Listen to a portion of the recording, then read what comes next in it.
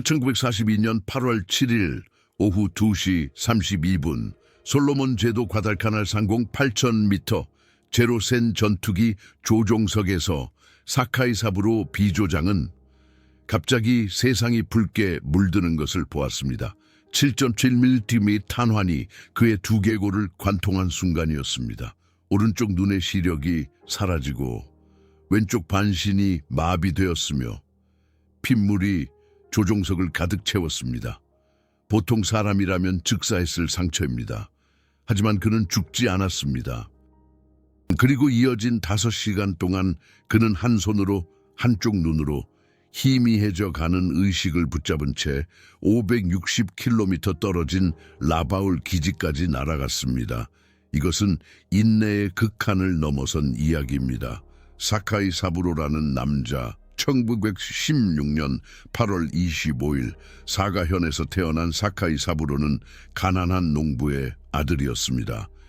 16세에 해군에 지원한 것은 가족을 부양하기 위해서였습니다. 봉급의 대부분을 고향집에 송금하곤 했습니다. 이것이 그의 첫 번째 의리였습니다.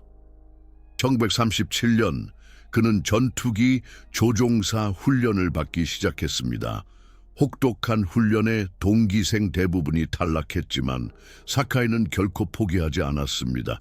인내였습니다. 고통을 참고 공포를 참고 불가능을 가능으로 만드는 훈련을 견뎌냈습니다.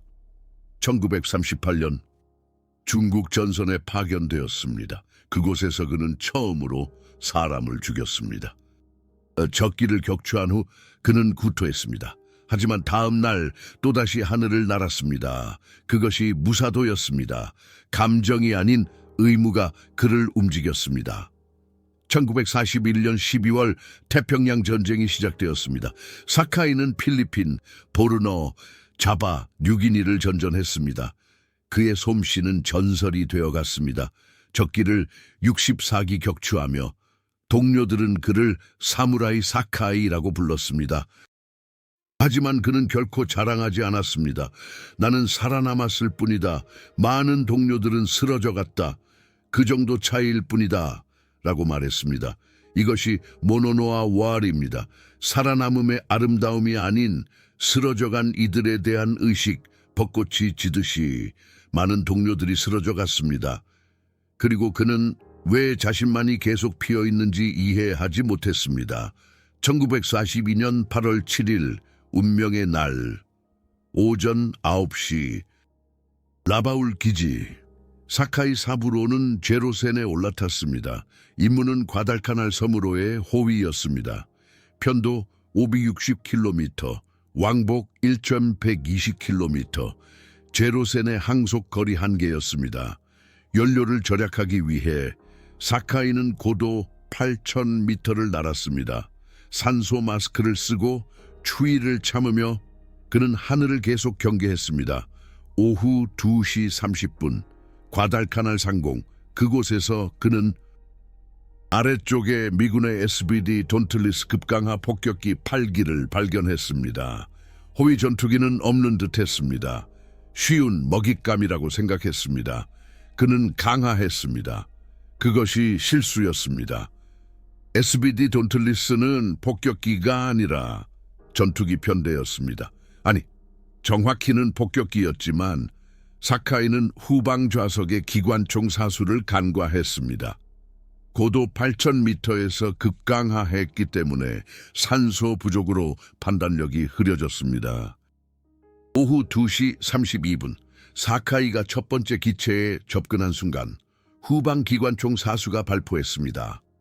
7cm 탄환이 캐노피를 뚫고 사카이의 얼굴을 정면으로 강타했습니다. 탄환은 오른쪽 눈 위로 침투하여 두개골을 관통하고 왼쪽 측두부에서 나왔습니다. 사카이는 나중에 말했습니다.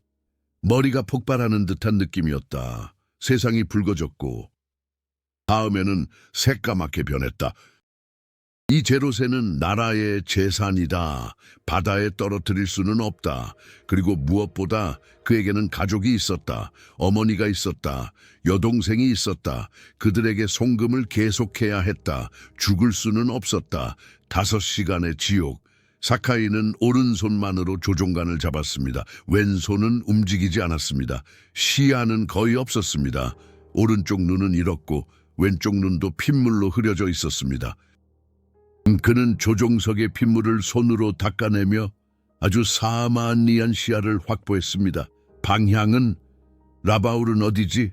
그는 나침반을 보려고 했지만 보이지 않았습니다. 핏물로 모든 것이 붉었습니다. 그래서 그는 태양의 위치로 방향을 판단했습니다. 과달카날은 남동쪽이다. 라바울은 북서쪽이다. 태양은 서쪽으로 기울고 있다. 그렇다면 태양의 약간 오른쪽에 날아가면 된다.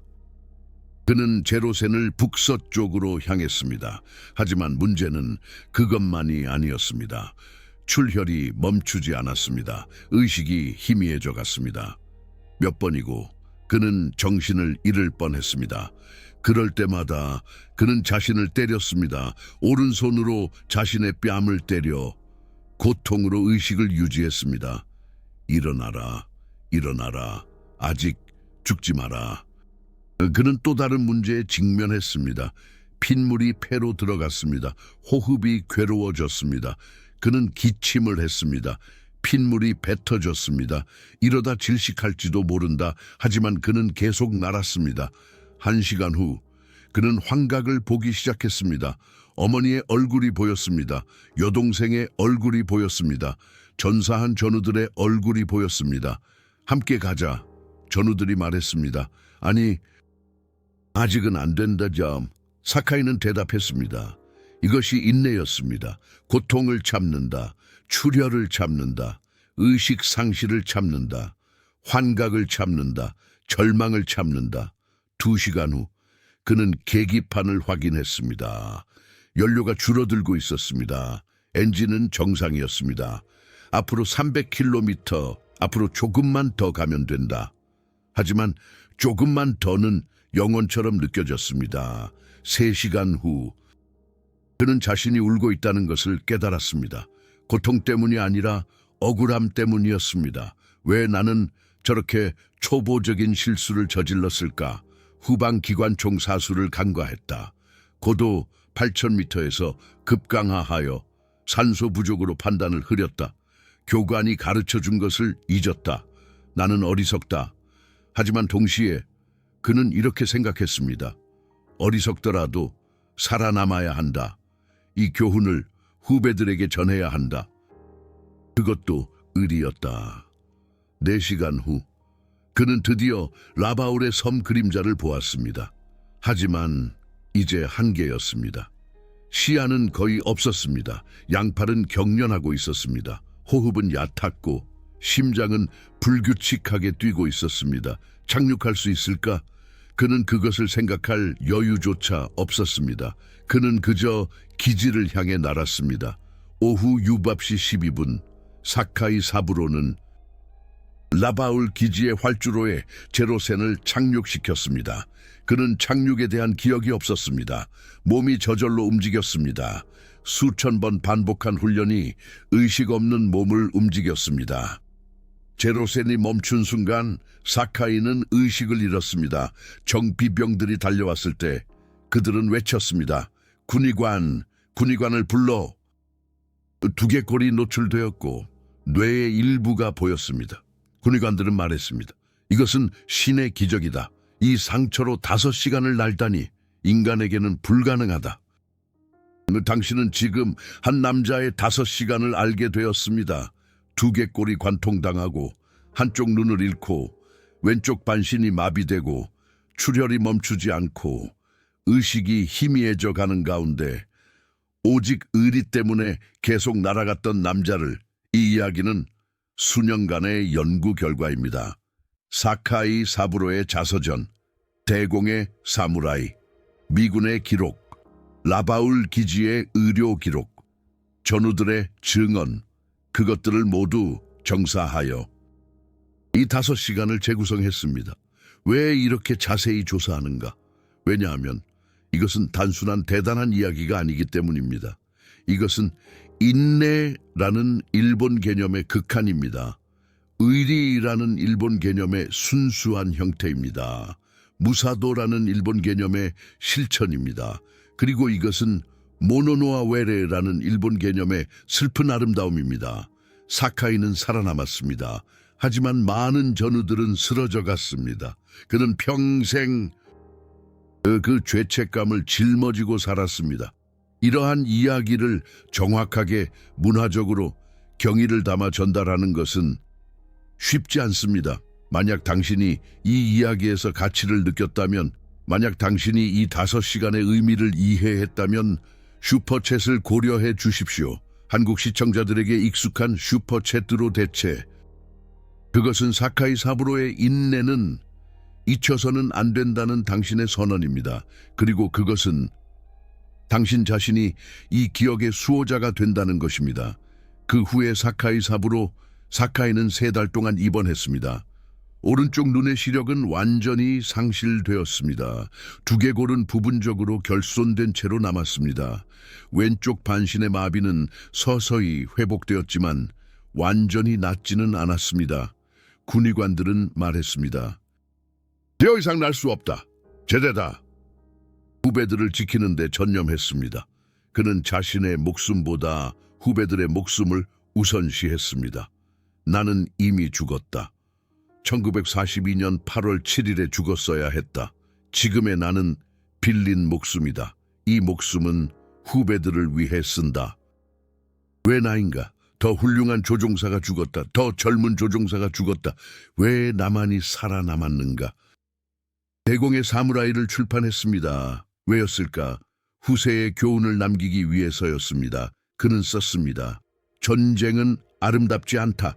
무사도는 아름답지만 전쟁은 추하다. 나는 많은 사람을 죽였다. 그것은 나의 의무였지만 나의 자랑은 아니다. 나는 당신의 전우를 죽였을지도 모른다. 용서해 주십시오. 그의 장례식에는 일본인뿐만 아니라 많은 미국인 퇴역 군인도 참석했습니다. 헤럴드 존슨은 조사에서 말했습니다. 사부로 사카이는 진정한 사무라이였다. 그는 용감하게 싸웠고 긍지 높게 살았으며 겸허하게 죽었다. 그에게서 배울 점이 많다. 5시간의 고통을 견뎌냈다. 전후의 죄책감을 견뎌냈다. 의리, 전후에 대한 의무, 가족에 대한 의무, 국가에 대한 의무, 기억에 대한 의무, 무사도, 용기와 규율, 적에 대한 존경, 겸손함, 모노노아 와레, 살아남음의 슬픈 아름다움, 쓰러져간 이들에 대한 영원한 의식. 현대의 일본인들은 이러한 개념을 어떻게 봐야 할까? 그것은 어려운 질문이다. 인내를 칭찬해야 할까? 아니면 무리하게 자신을 몰아쓰는 것의 위험성을 경고해야 할까? 의리를 존중해야 할까?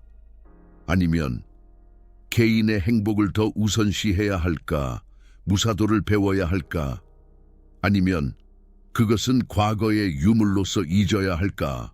모노노아 와레를 느껴야 할까? 아니면 앞을 향해 살아가야 할까? 정답은 하나가 아니다. 하지만 확실한 것이 하나 있다. 사카이 사부로와 같은 사람들을 잊어서는 안 된다. 그들의 희생을, 그들의 고뇌를, 그들의 선택을 정확히 기억해야 한다. 그것은 그들을 칭찬하기 위해서가 아니다. 그것은 우리가 같은 과오를 반복하지 않기 위해서다. 그리고 인간의 한계와 가능성을 이해하기 위해서다. 댓글란에서 알려주십시오. 한국 시청자들에게 익숙한 표현으로 변경. 사카이 사부로처럼 인내했던 사람이 있습니까? 그리고 만약 당신이 사카이의 입장이었다면 어떻게 했을 것 같습니까? 5시간 동안 계속 날아갈까요? 아니면 바다에 뛰어들어 끝낼까요? 정답은 없습니다. 다만 생각하는 것이 중요합니다. 기억하는 것이 중요합니다. 대화하는 것이 중요합니다. 그것이 쓰러져간 이들에 대한, 그리고 살아남은 이들에 대한 우리의 의리입니다.